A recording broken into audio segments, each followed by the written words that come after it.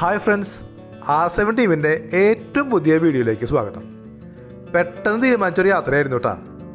പാലക്കാട്ടേക്ക് ആയാലോ എന്ന് ചോദിച്ചപ്പോൾ അങ്ങോട്ട് തന്നെ ആയിക്കോട്ടെ എന്ന് തീരുമാനിച്ചു. അങ്ങനെ നേരെ പാലക്കാട്ടേക്ക് വെച്ച് പിടിച്ചു. പാലക്കാട്ടേക്ക് പോകുമ്പോൾ ആദ്യം എവിടെ നിന്ന് തുടങ്ങണം എന്നായിരുന്നു ആദ്യത്തെ ചർച്ച. അങ്ങനെ ഞങ്ങളൊരു തീരുമാനത്തിലെത്തി. രാമശ്ശേരി.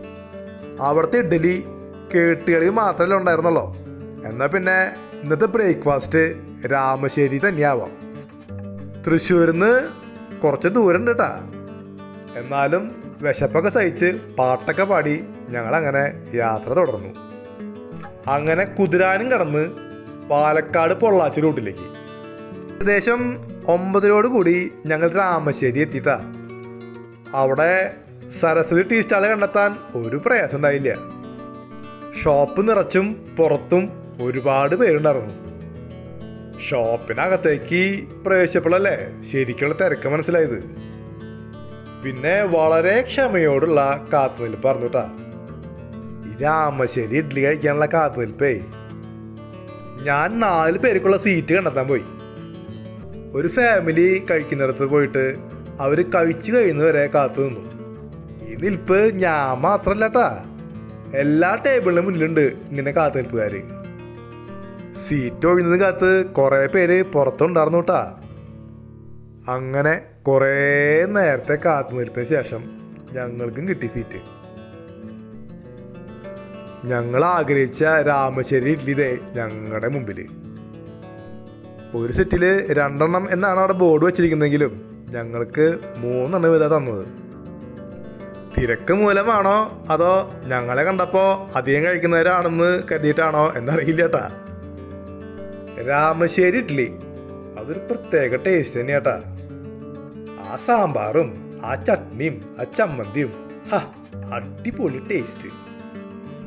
പിന്നെ ഒരു പൊടിയുണ്ട്, അത് ചാലിക്കാനായിട്ട് 2 തരും. അത് ഇതിൽ ചാലിച്ച് കഴിക്കുമ്പോണ്ടല്ലോ പ്രത്യേക ടേസ്റ്റ് കേട്ടാ. ഭക്ഷണം കഴിക്കണ നേരത്ത് തൊപ്പി വെക്കരുതെന്ന് റീസ പറഞ്ഞപ്പോൾ ഇഷ്ടപ്പെട്ടിരിക്കലും പോളു തൊപ്പി അങ്ങോട്ട് വേഗം ഊരി മാറ്റി. പിന്നെ അവിടെ നിന്ന് രാമശ്ശേരി ഇഡ്ഡലിയുടെ ആസ്വാദനം നടന്നു കേട്ടാ. എല്ലാവരും ആസ്വദിച്ച് ഇഡ്ഡലി അങ്ങോട്ട് കഴിച്ചു. ഇഡ്ഡലി കഴിച്ച് കഴിഞ്ഞോട് കൂടി നല്ല ചൂട് വടയും നല്ല ചൂട് കാപ്പിയും വന്നു കേട്ടാ. ഓ, എന്ത് ടേസ്റ്റാന്ന് പറയുമോ. ഇതിൻ്റെയൊക്കെ ടേസ്റ്റ് നമുക്ക് വാക്കുകൊണ്ട് വർണ്ണിക്കാൻ പറ്റില്ല കേട്ടാ. അത് വന്ന് അനുഭവിച്ചിരുന്ന് തന്നെ അറിയണം. ഈ സരസ്വതി ടീ സ്റ്റാളിൽ വന്നിട്ട് ഭക്ഷണം കഴിച്ചവരുടെ പ്രമുഖരായ വ്യക്തികളുടെ ചിത്രങ്ങളെ അവിടെ അവർ തൂക്കിയിട്ടിട്ടുണ്ട് കേട്ടാ. അതിൽ നമ്മുടെ ലാലേട്ടനെ കണ്ടപ്പോണ്ടല്ലോ എല്ലാവർക്കും ഭയങ്കര സന്തോഷമായി. പ്രത്യേകിച്ച് റീസയ്ക്ക്. അവൾ ലാലേട്ടൻ്റെ കട്ട ഫാനല്ലേ.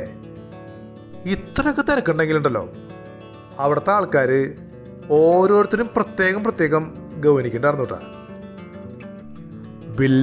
അടിക്കാൻ കൗണ്ടറിൽ എന്നപ്പോൾ ഇതായിരിക്കുന്നു ഓറഞ്ച് ലഡു 4 അതും വാങ്ങി. നല്ല സോഫ്റ്റ് ലഡു അതും കഴിച്ച് ഞങ്ങൾ കുറച്ച് നേരം ആ വരാന്തയിൽ ഇരുന്നു കേട്ടാ. അപ്പോഴും പുതിയ ആൾക്കാർ കടയിലേക്ക് വന്നുകൊണ്ടിരിക്കുന്നുണ്ടായിരുന്നു. ഇഡ്ഡലിക്കടയുടെ മുന്നിലുള്ള മന്നത്ത് ഭഗവതി ക്ഷേത്രത്തിനെയും ക്യാമറയിലാക്കി.